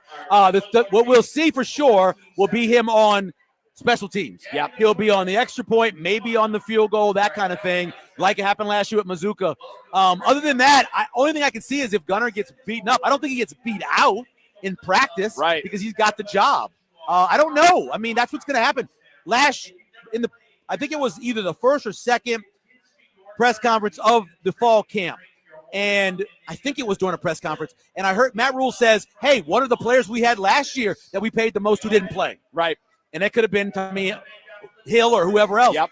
It could happen again. I'm sure it happens to a lot of teams. Oh, it will happen. Bring a guy in who gets $800,000 or whatever else and doesn't end up and gets beaten up by somebody else.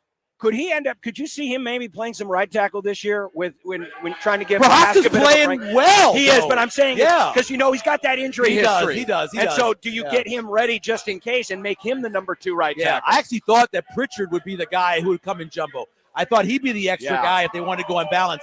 But obviously they like Corcoran enough, and he was the number 2 guy at left tackle, right? So I don't know.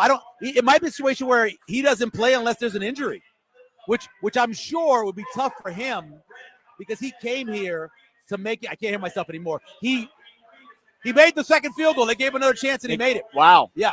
No, it was short. He didn't make it. My fault.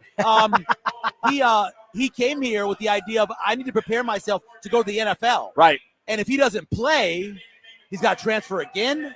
I don't know. I feel bad for him in a way, but if he's not playing as well, what are you going to do? You got to play the guy who plays the best. Don't get your quarterback killed by a guy who has lapses in pass pro. He's got lapses. Yeah. And we've seen it. We saw it at Alabama. We've seen it already here at Nebraska. Participating sponsors of 1620 The Pregame are the Sidoro Law Group. Your outcome depends on what you do next. And by Blur Party, see how Blur makes every moment a party at blurevents.com. We're going to move our picks to click up to our next segment because coming up at 10:15, before we sign off, we're going to talk with Andrew Coley of Covers.com and take a look at the last-minute line updates before the kickoff of the 11 a.m. games, which, of course, includes Nebraska and Houston Christian Huskers, about a 43.5-point favorite. That line came out late yesterday. It went up, by the way. Did it? It's 41.5 up to 43.5. It is now 43. Okay, yeah. 43.5 for Nebraska and Houston Christian. We will be back here from the Blur Events tailgate right after this, presented by Chandler Conway, Nebraska personal injury lawyers you can trust, and Blur Parties. Learn more about all their events and future tailgates at blurevents.com. This is 1620 The Pregame on 1620 The Zone and 101.9 The Keg.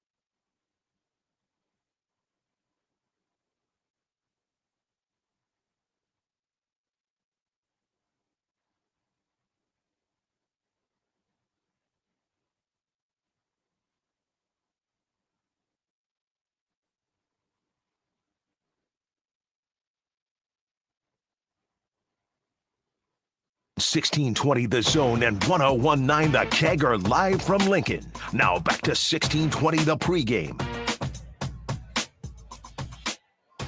We think we have discovered, yes, we have, the other two times. So earlier on, we were talking about Ken Clark, whose son Quinn, of course, caught a touchdown last week. There have been 5 times where Nebraska, in the last 40 years, has scored a play on the first play from scrimmage. So Ken Clark, 1987, we played 1988, played the highlight against Oklahoma State. There was Clinton Childs against Arizona State, first play back in 1995. There was Amon Green on the first play. Also, I believe in 95 at Colorado. That was the one where he predicted it. Yes. Coach Osborne said, you guys are going to score in this first right. play. Yeah. The other two, forgot about this one because it was a touchdown pass from my guy, Fremont High Zone, Jerry Godowski. Oh, okay. A fullback screen to Brian Carpenter. He scored on the first play in 1989 at Colorado.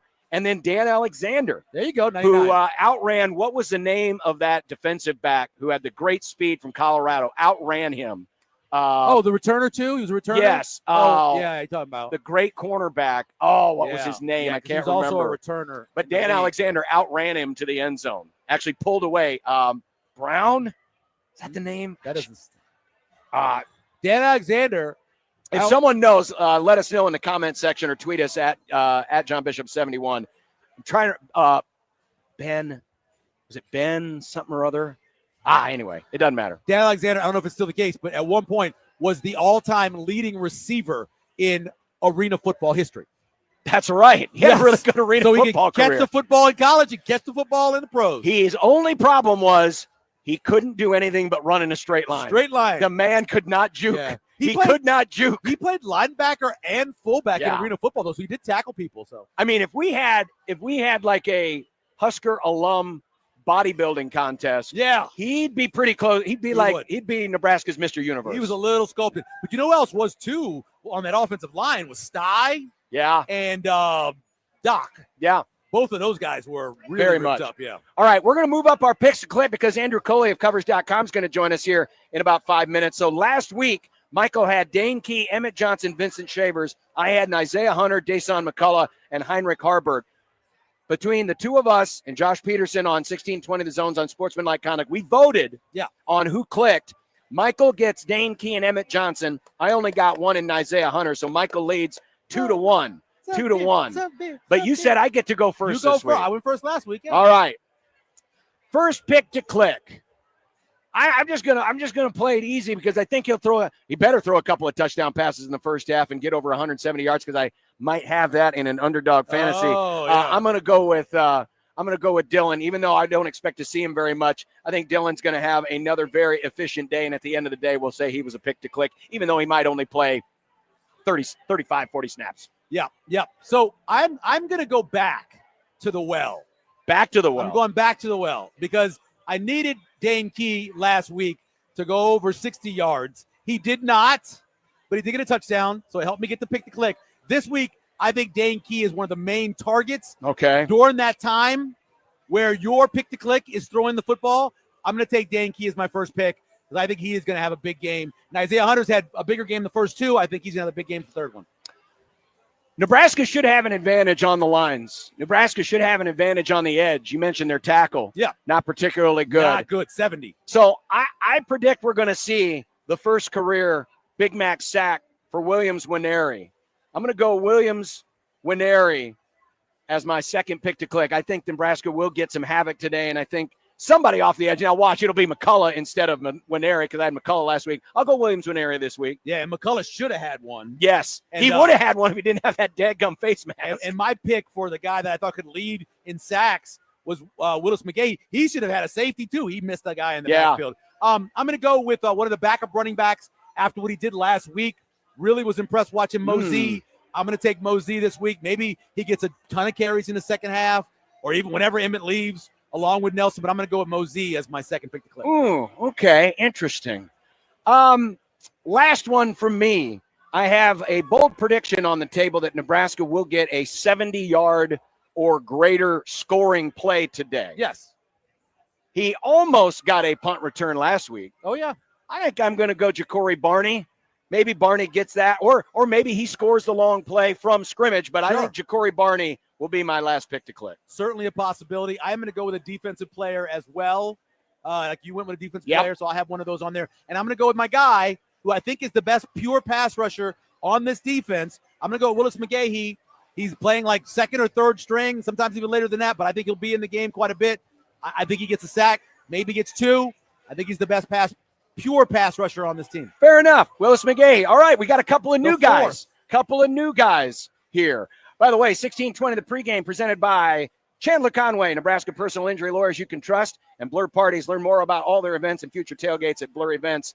Coming up next, Andrew Coley will join us from Covers.com, and we will preview the slate of games today across the land of college football, including the early kickoffs, which are about 45 minutes away. We're 45 minutes away from kickoff at Memorial Stadium. We're just about ready to wrap up our second edition of 1620 The Pregame, live from the Blurry Event Tailgate, also presented today by the Sedora Law Group. Your outcome depends on what you do next. Sedora Law Group, thanks for your participating sponsorship of 1620 The Pregame. We'll talk some Covers next on 1620 The Zone and 1019 The Keg.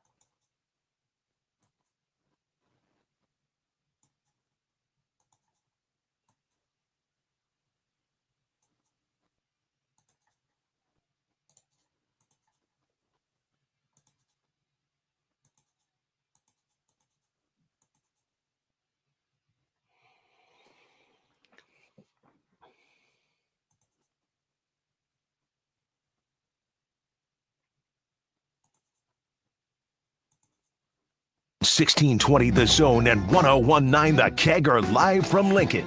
Now back to 1620 The Pregame. 1620 The Pregame, presented by Chandler Conway, Nebraska personal injury lawyers you can trust in Blur Parties. Learn more about all their events and future tailgates at blurryevents.com. Joining us in the stream today from Covers.com, Andrew Cayley joining us. Andrew, how you doing today? Happy Game Day Saturday. Happy game day to you guys. I'm doing well.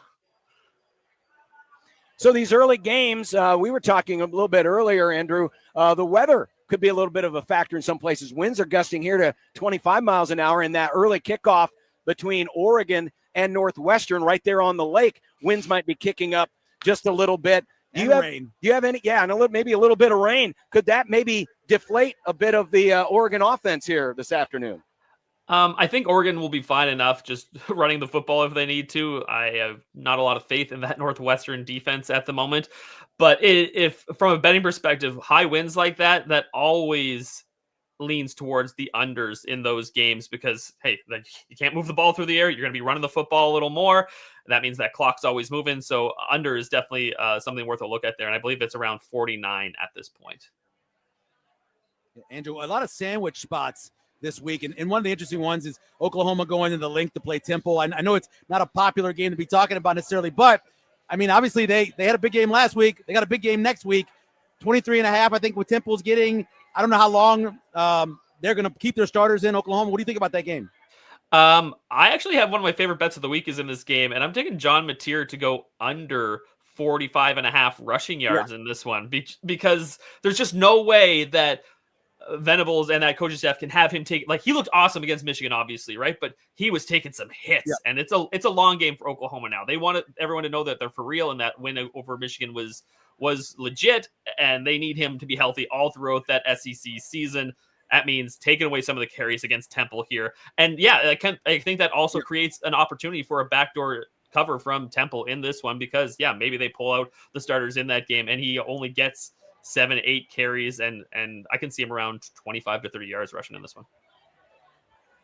Andrew Caley from Covers.com joining us here on 1620 the pregame. One of the early kicks will be Clemson and Georgia Tech, and this is one of several games this weekend that have had some pretty dramatic line shifts based on where some of the early look-ahead lines were back in the late summer or late spring. Clemson opened at 7.5 this summer, but this thing is down to a field goal right now. Do you think maybe there's some buyback value in Clemson, who has not really looked good in 2 games?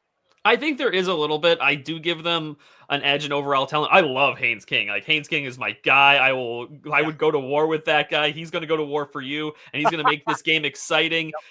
They're going to give Clemson everything they can handle in this one. And he always just seems to get up for those big games for Georgia Tech. But I think there's still just an edge in this Clemson team, even without not having Antonio Williams was a big deal. And you saw it in that LSU game, that offense kind of stalled, but I think they've had a couple weeks now to kind of adjust to that. And I think there is, I'm with Clemson. I'm at Clemson in the spot here at the -3.5 kind of range. Andrew, the guy that I would go to war with is Diego Pavia. One of my favorite players. Been for the last I love him. Years now. 8-2 against the spread as a dog at Vandy, and 5 of the 10 wins he's had has been outright. Do you like Vandy? I know it's a tough atmosphere, but do you like them tonight? Love them. +126 on the money line. Vandy wins outright. This is another team that just gets up for these big games. Diego Pavia has been awesome. He played well against South Carolina last year. I also love him to go over his rushing stat, which is sitting at 57.5. I think he went for 67 against South Carolina this year. And I'll make the case that South Carolina's defensive line is not what it was last year. And he did that against a much better defensive line. So I think he gets over that pretty well. I think South Carolina's going to have their hands full. I love the fact that weird situation where 2 SEC teams have both played Virginia Tech. South Carolina played them on a neutral site and struggled. Vandy put the boots to them on the road. I loved it. This is another. I love these guys. The John Mateers, the Haynes Kings, the Diego Pavias. Those are my type of college quarterbacks. The guys that are really, really going to give their all and are not afraid to put their bodies on their line to win these games. And Pavia is just going to give it his all. I like over 50.5 rushing yards. Score an anytime touchdown is +130. Don't hate that either. This is going to be a fun one tonight. This is the SEC game that nobody's talking about, and everybody should be.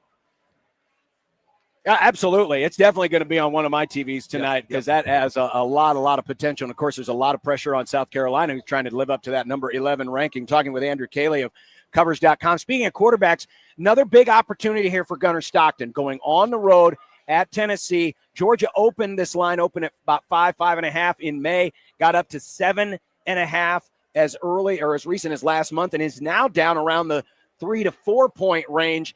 Anything you like here, and how much does Stockton concern you today, knowing that, really he's been kind of a check down quarterback so far this year? I think that's just kind of what they're asking of him at this point. I'm laying with Georgia here because I just think this defense is probably the best we've seen since those back-to-back championship runs, and Kirby Smart just knows how to stop Josh Heupel's offense. Joey Aguilar has been a great story, and it's obviously we saw what happened to UCLA last night, and that program is just a mess. And everybody's, Tennessee did the right thing, and he's a great fit in this offense. Well, you know what? He kind of still struggled at App State for a bunch last year, and if anyone can stop this offense, it's Kirby Smart. They've played 4 times.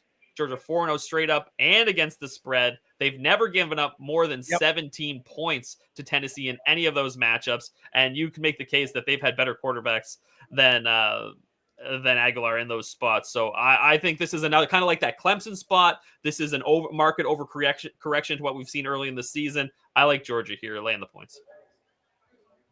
Andrew, one of the true things that always happens in college football, at least since I've been a kid, is A&M doesn't win big games.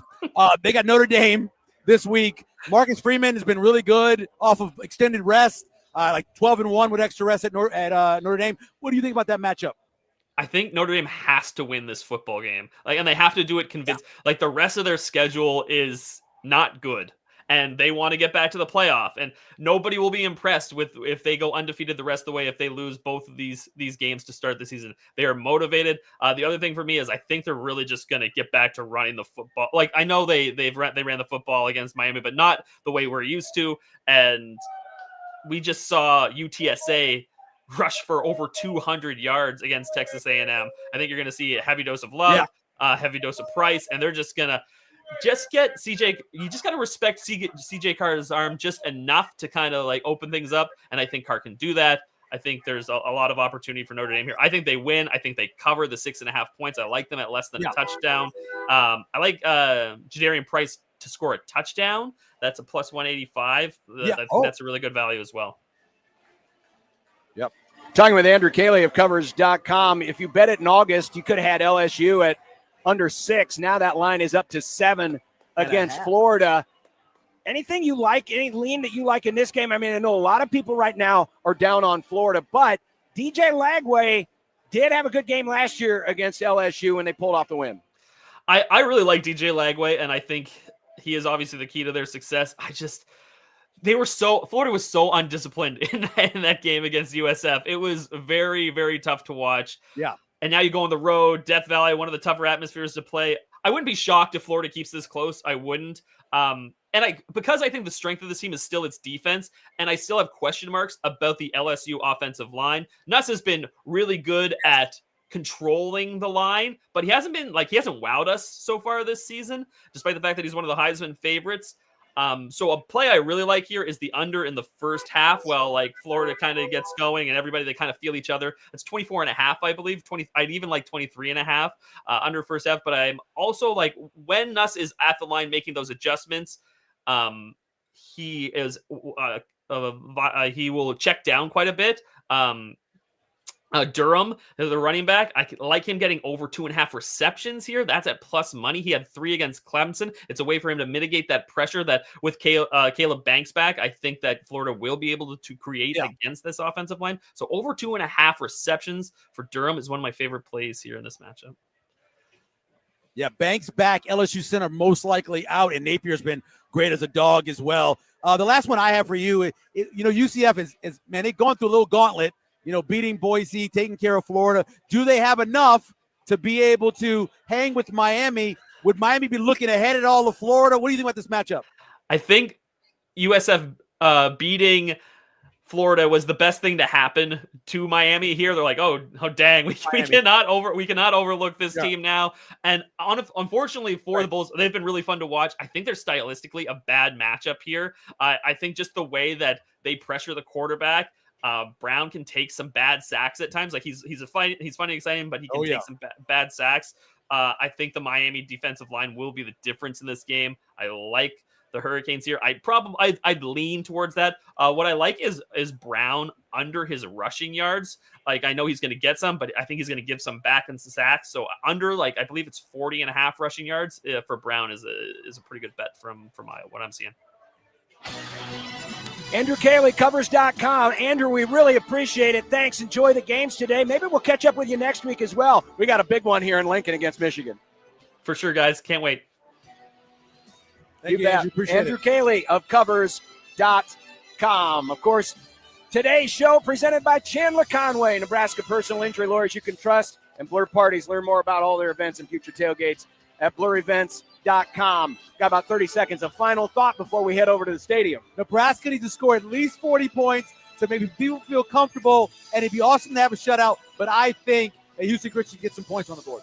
Don't forget, Big Red Overreaction after the game today. I'll be back along with Matt McMaster, and then next week we are back here at Memorial Stadium, noon, for 1620 the pregame as Nebraska opens the Big Ten schedule against the Michigan Wolverines. Thanks to Chandler Conway. Thanks to Sedora Law Group. I'm John Bishop for Michael Severe. Have a great game day.